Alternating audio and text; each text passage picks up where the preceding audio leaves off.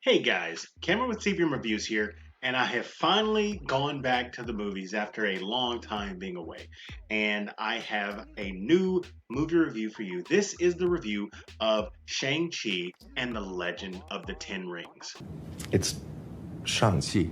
This movie was directed by Destin Daniel Cretton, and it stars Simu Liu as Shang-Chi, as well as Aquafina, Tony Chu Wai-Lung, Menger Zhang, Fala Shin, and Michelle Yeoh. I hope I didn't butcher those names too bad. I apologize if I did.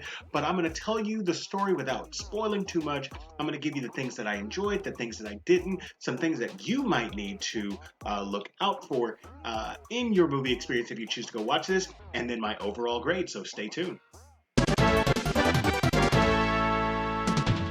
Before we get into this, I want to thank you guys for clicking on this video. It means a lot to me. Do me a huge favor, click that like and subscribe button because it helps the channel out. And if you want to know as soon as a video is posted, click that notification bell. You'll know as soon as I upload. This movie was not one that was high on my radar of things to watch because it follows a character that I never really read that much when I was younger. I'm a big comic book fan, specifically superhero comic books, but Shang-Chi is not one of those characters that was high on my tier list or anyone's tier. We saw Iron Fist before we saw Shang-Chi. Not in a movie, but you understand what I'm saying. But this follows the character Sean and how he is kind of running away from his father's empire. His father was the commander of the organization known as the Ten Rings. And as his past catches up to him, we see how he has to adjust, adapt, and he sees what kind of path that his parents have kind of laid out for him and what he has to do to kind of create his own path. Now, I have very much taken a lot of liberty as far as giving you a synopsis of the story because I think that you should really go into this without knowing too much about the characters or the plot or anything. Like, I told you what you really needed to know. And so what I will say is that this feels like a cross between Black Panther and Mulan.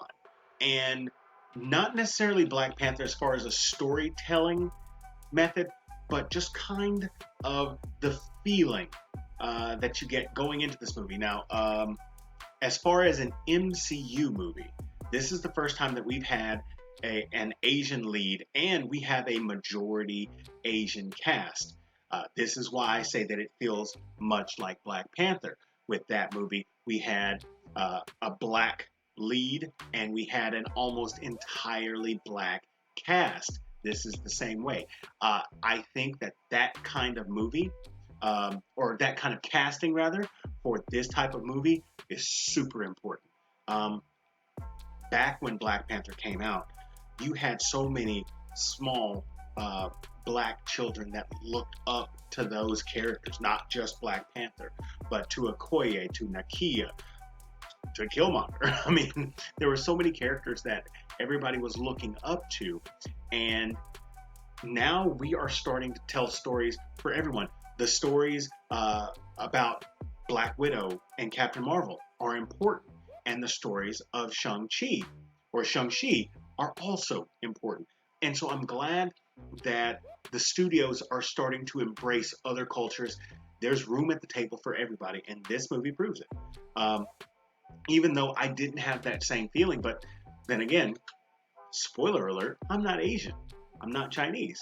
But I can see where somebody who is Chinese can get a sense of pride for watching this movie, for seeing somebody who is in that lead and somebody that looks like them, that is this hero, that is, saving the world or the village or what have you, without me, going into spoiler territory.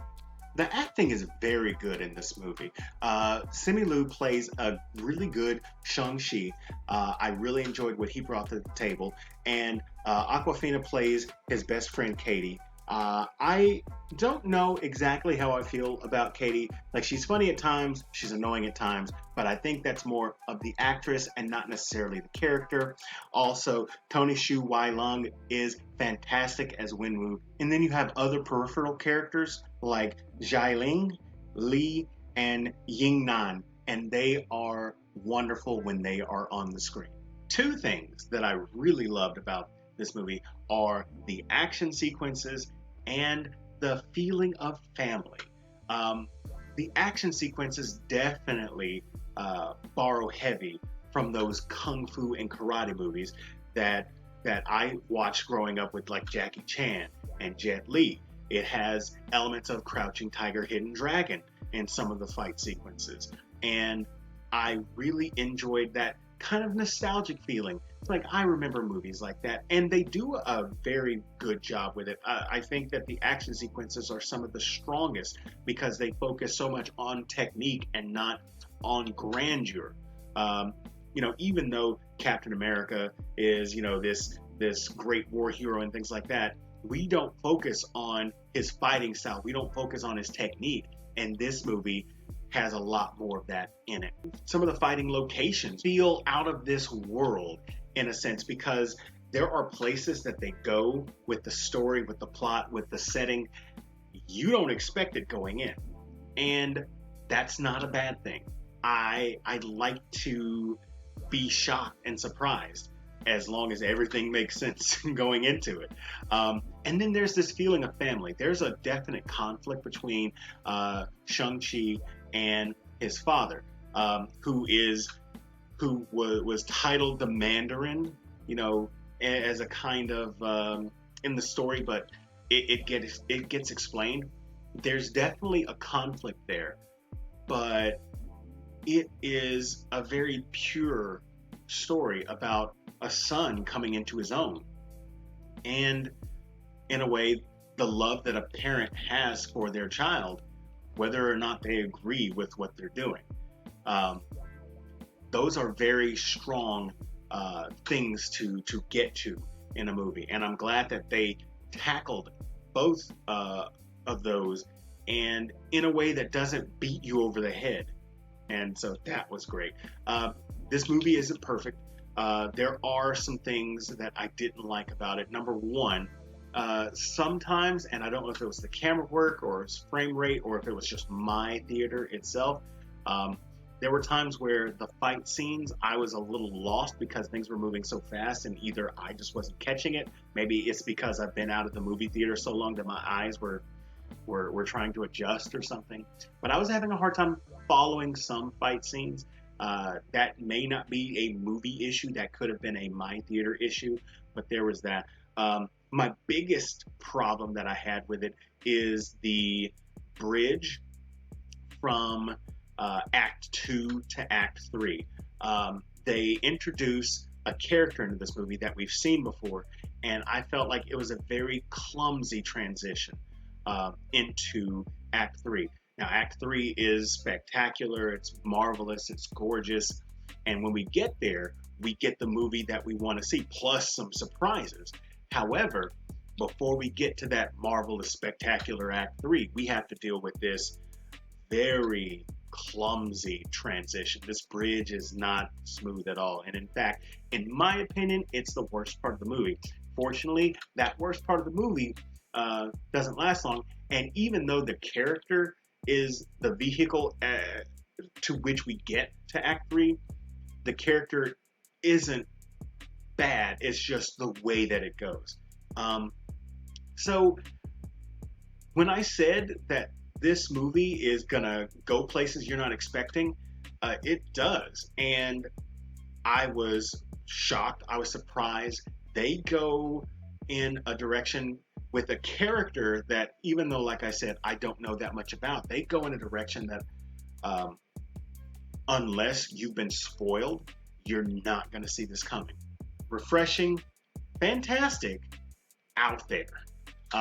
So overall, to be honest, I really dug this movie. I don't know if I would say it was my favorite movie of the year, but it definitely was something to watch. As far as grades go, and I try not to watch any reviews. I try not to pick up anything from other sources so that I give like a pure review. I'm gonna give this one a solid 84.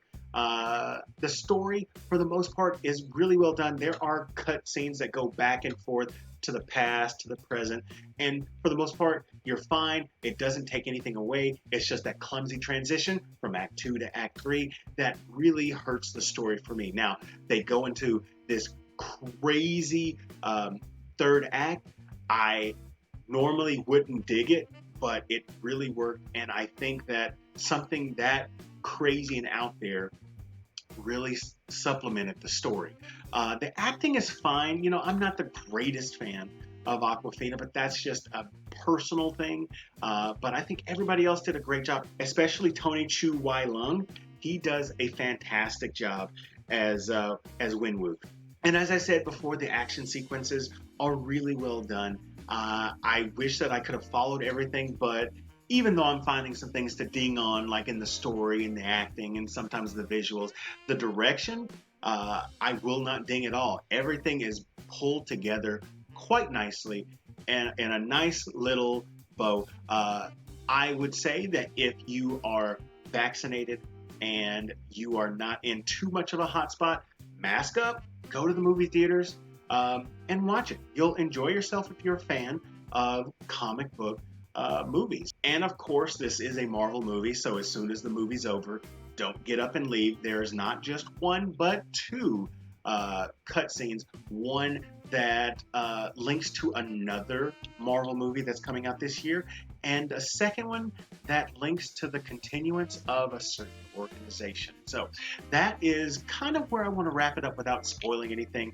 for Shang-Chi and the Legend of the Ten Rings. If you've seen it, let me know what you thought about it in the comment section down below. If you enjoyed this video, hit that like button. If you're new here, subscribe to the channel and share this with your friends. As always, this is Cameron with CBM Reviews. We'll see you next time.